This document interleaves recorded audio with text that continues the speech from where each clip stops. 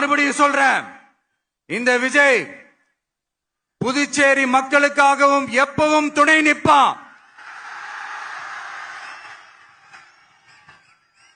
வரப்போற புதுச்சேரி தேர்தல் களத்துல நம்மளுடைய தமிழக வெற்றி கழகத்தின் கொடி பட்டொளி வீசி பறக்கும்.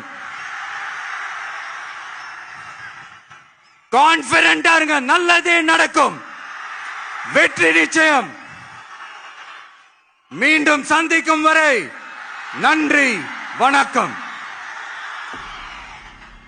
மக்கள்